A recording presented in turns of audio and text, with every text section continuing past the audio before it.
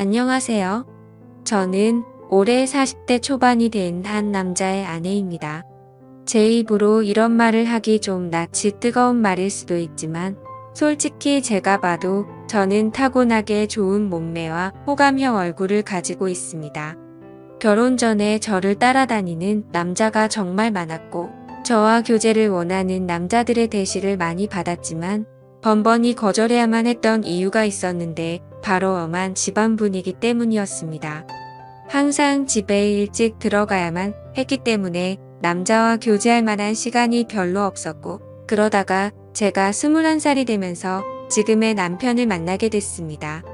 처음에 이 남자를 만났을 때는 제가 연애를 하고 있다는 사실을 집안에는 비밀로 했고 어느 순간 결혼할 때가 되어서는 집안의 엄청난 반대에도 불구하고 제가 너무나도 사랑하는 사람이기에 결혼을 하게 되었습니다. 남편은 저보다 7살이 많았고 저의 첫 남자이고 부부 생활에도 아무런 문제가 없어요. 그러나 문제는 결혼을 너무 일찍 했기 때문에 저는 아직 어리고 하고 싶은 것도 많고 욕구도 많았습니다. 특히나 밖에 나가서 친구들과 만나다 보면 제가 결혼했다는 걸 상상도 하지 못하고 저에게 다가오는 남자들이 정말 많았습니다. 연락처를 좀 가르쳐 달라거나 같이 술을 마시러 가는 게 어떠냐는 말이었죠. 처음에는 그런 게 신기해서 즐기기만 했는데 어느 순간부터 그런 게 너무 많아지니까 거부감이 들었습니다. 제가 일찍 결혼을 해서 당시에만 하더라도 결혼한 친구가 주변에 한 명도 없었습니다. 그러다 보니 친구들이 나이트에 가서 놀았던 이야기를 한다거나 남자친구와 만나고 헤어지는 이야기를 들으면 부럽기도 하고 저도 처음에 남편을 만났을 때에 그런 설레임을 다시 한번 가지고 싶다는 생각을 하기도 했습니다. 그러다가 정말 제 인생에서 큰 사건이 하나 터지게 됐습니다. 3년간 남편만 보고 살았던 저에게 한 번의 외도로 인해 저의 인생이 180도 달라지게 됐습니다. 정말 의도적으로 바람을 피운 것은 아닙니다. 저는 실수라고 말하고 싶지만 어느 순간에는 저도 제 자신을 주체하지 못하고 있더라고요. 제가 20대 초반이었을 때 그때까지만 해도 저는 다른 남자를 만난다는 것은 범죄라고 생각했고 인간으로서 쓰레기 같은 행동이라고 생각했습니다. 그날도 여느 때와 다름없이 퇴근하는 남편을 위해 요리를 하고 있었어요. 현관문 열리는 소리에 남편을 맞이하러 달려나가니 울상을 짚고 들어와 한숨을 쉬는 남편에게 놀라서 물어봤습니다. 자기야, 무슨 일 있어? 아, 속상해. 오늘 휴대폰을 잃어버렸지. 뭐야? 그 휴대폰은 산지 얼마 안 됐고 할부도 아직 많이 남아있는 상태였습니다. 저는 아쉽지만 그냥 잊어버리라고 얼마나 정신없게 일했으면 휴대폰을 다 잃어버리냐고 남편의 엉덩이를 토략거려주고 다시 하나 더 사면 된다고 위로했습니다. 그런데 문제는 그 다음날에 남편 번호로 저에게 전화가 왔어요. 여보세요. 저희 가게에 핸드폰 맡기고 가신 가족분 되시나요? 네, 누구시죠? 어제 가게에 방문한 손님이 휴대폰을 맡기고 술을 20만원치 먹었는데 계산도 안 하고 휴대폰을 찾아가지도 않으셔서요. 여기 저장된 번호로 연락해봤어요. 저는 처음에 그 말을 듣고 남편을 의심했지만 그럴 리가 없다고 생각했기 때문에 알아보니까 누군가 휴대폰을 주워서 가게에 맡기고 외상으로 술을 먹은 것이었습니다. 가게 주인은 휴대폰을 찾아가려면 술값을 가지고 술집으로 오라는 말을 했습니다. 돈은 아깝지만 그래도 남편이 알면 좋아할 거라는 생각으로 약속한 시간에 맞춰 택시를 타고 술집을 찾아갔습니다. 그때 시간이 오후 5시 정도였는데 제가 갔을 때 그곳은 이제 막 가게를 오픈하고 있었어요. 문 앞에 주인으로 보이는 젊은 남자가 있었습니다. 휴대폰 찾으러 왔다고 말하자 가게에 있다며 지하 2층인 술집으로 저를 데리고 갔습니다. 휴대폰을 확인하자 남편 것이 맞았는데 20만원을 주기에는 너무 아까웠습니다. 솔직히 저희 남편이 잘못한 게 아니고 이걸로 술 먹은 다른 남자가 잘못한 건데 왜 그 돈을 제가 물어줘야 되나 싶더라고요. 그러다 문득 그 남자의 외모를 살펴봤습니다. 머리카락은 굉장히 길었고 통이 큰 바지를 입었으며 자기 사이즈보다 적어도 몇 개는 더 커 보이는 와이셔츠를 입어서 그런지 꼭 무슨 힙합하는 청년처럼 생겼더라고요. 걷는 걸음걸이도 껄렁하고 팔에는 문신이 보였는데 깔끔한 정장만 입고 다니는 제 남편과는 정반대의 자유로운 느낌이 많이 풍기는 오빠였습니다. 생긴 것만 보면 제가 좋아하는 얼굴상으로 제법 잘생겼지만 옷 입는 게 영 마음에 들지 않았습니다. 저도 제가 왜 그랬는지 모르지만 갑자기 그 남자에게 한 가지 제안을 하게 되었습니다. 여기 혹시 관심 있으면 술값 20만 원치만큼 오늘 그쪽이랑 같이 시간 보내줄 수 있는데 어때요? 솔직히 이건 정말 어처구니 없는 제안이었습니다. 말하는 동시에 저는 얼굴이 빨갛게 달아올랐거든요. 그 남자는 놀라는 듯 하다가 갑자기 술집 문을 걸어 닫으면서 저에게 다가왔습니다. 그 남자는 저에게 묻더군요. 그 말 진심이에요? 정말 하고 싶어요. 저는 20만 원이라는 금액이 아까운 것도 아까운 것이지만 그 남자에 대한 호기심이 더 컸던 것 같습니다. 그래서 그냥 한 번쯤 해보는 건 어떨까 하는 생각이 들었던 것이죠. 저는 다시 한번 말했습니다. 진심이에요. 대신에 오늘 일은 확실하게 비밀로 해줘야 해요. 그리고 오늘 딱 한 번만이에요. 그렇게 그 남자와 갑작스럽게 가게 안에서 일을 치른 후에 휴대폰을 돌려받고 집으로 돌아왔습니다.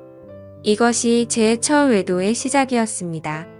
이왕 외도를 할 거면 좀 로맨틱하게 했어야 됐는데 너무 난장판이었다는 생각이 들더군요.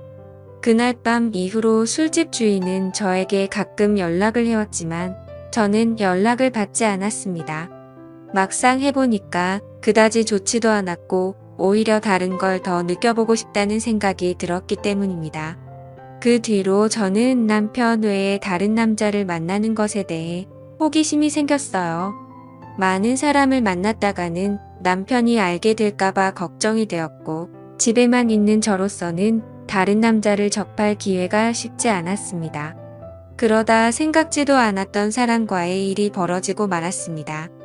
여름방학이라고 대학생이었던 남편의 동생이 서울 구경을 하고 싶다며 저희 집에 놀러 오게 된 적이 있는데 워낙에 나이 차이도 얼마 안 나고 저도 대입시험을 본 지가 엊그제 같아서 이런저런 얘기하면서 친해졌습니다.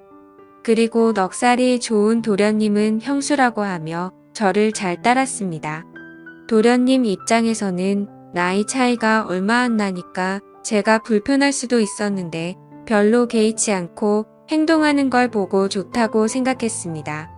그러다 하루는 도련님이 놀러 나갔다가 비가 무척 내려서 집에 일찍 온 날이었습니다. 남편은 출근한 상태였고 우산을 미처 준비하지 못한 터라 비를 흠뻑 맞고 집에 들어온 도련님에게 가라 입을 옷을 가져다 주며 씻으라고 하고 과일을 깎았습니다. 거실에서 단둘이 과일을 먹으면서 이런저런 이야기를 나누었고 그날따라 제가 눈을 마주치면 도련님은 어색한 듯 피했는데 그 묘한 느낌이 아직도 생각이 나네요. 그 어색한 기운을 깨고 싶어서 머리에서 생각한 대로 질문을 던졌어요. 도련님 애인 있어요? 지금은 없는데 형수님 같은 예쁜 여자 있으면 당장 애인하고 싶죠. 소개해 주실래요? 오, 그럼 나 같은 여자 있으면 결혼도 할 거예요. 당연히 당장 하죠. 한치의 고민도 없이 당연하다고 말하는 도련님을 보며 이상한 충동이 일어났습니다. 저는 그런 도련님의 손을 덥석 잡아버렸고 눈을 쳐다보며 물었습니다. 이렇게 하니까 설레이기도 해요. 한참 정적이 흐르고 얼어있던 도련님은 마주잡은 손에 슬쩍 깍지를 끼더라고요. 그렇게 저와 도련님 사이에 묘한 감정이 흐르기 시작했습니다. 그 일이 있고 나서 남편에게는 도련님 서울 구경시켜준다고 말하고 일주일 동안 대놓고 데이트를 했습니다. 그 나이 또래들처럼 설레는 연애를 다시 하는 것 같아서 며칠 동안은 정말 두근거리고 신났었습니다. 하지만 그것도 역시나 오래가지는 못하더라고요. 일주일 후에 터미널에서 도련님을 보내고 나니 그 뜨거웠던 마음이 순식간에 식어버렸습니다. 몸이 멀어지니까 자연스럽게 마음도 멀어지게 된 것이고 계속해서 저를 달래주지 않으니 저도 흥미를 잃게 됐습니다. 그렇게 여름이 지나고 날씨는 조금씩 선선해지기 시작했습니다. 심심한 마음에 남편 몰래 휴대폰 어플로 채팅이라는 것도 해봤지만 이렇다 할 만남을 가지지는 못했습니다. 제 주변 또래 친구들은 채팅하는 어플로 친구도 많이 사귀고 연애까지 하는 애가 있던데 이상하게 저는 별 볼 일 없는 남자들만 꼬이는 것 같았습니다. 그렇게 애매하게 시간을 보내다 보니 명절이 다가왔는데요. 저희 시댁은 춘천 쪽에 있었는데 연휴 전날부터 가서 신나게 명절 음식하고 설거지하고 집안에 하나밖에 없는 며느리라 몸이 부서지도록 일을 했어요. 언제까지 며느리가 이렇게 일해야 되는 거냐고 투덜거리기는 했지만 워낙에 나이 차이가 많이 나니까 대들지도 못하겠더라고요. 명절 다음 날 아침에 친정집에 가려고 준비를 하는데 시어머님이 점심을 먹고 가라고 하셨습니다. 또 내가 밥을 차려야 하나 싶어서 순간 짜증이 확 났지만 얼굴에 최대한 티를 안 내고 있었는데 남편이 너무 미적미적대는 거예요. 빨리 준비하고 출발해야 하는데 준비를 하는 둥 마는 둥 조금만 더 누워있다가 가면 안 되냐고 TV나 보고 앉아있고 정말 답답해 미치겠더라고요. 그래서 남편을 방으로 데리고 와서 밖에 들리지 않게 작은 소리로 말다툼을 했습니다. 우리 부모님도 나를 보고 싶어 한다고 빨리 준비 안 하면 혼자서 가겠다고 말하면서 감정이 안 좋은 채로 친정집으로 향했습니다. 남편은 친정에서도 기분이 안 좋은 티를 숨기지 못했고 저는 그럴 거면 그냥 먼저 가라고 말했습니다. 화가 난 남편은 저녁에 볼 일이 있다고 하며 먼저 집에 올라간다고 하고 올라가 버렸습니다. 무슨 일이냐는 친정 엄마의 물음에 별거 아니라고 대답하고 방에 들어와 혼자서 분을 삭히고 있었습니다.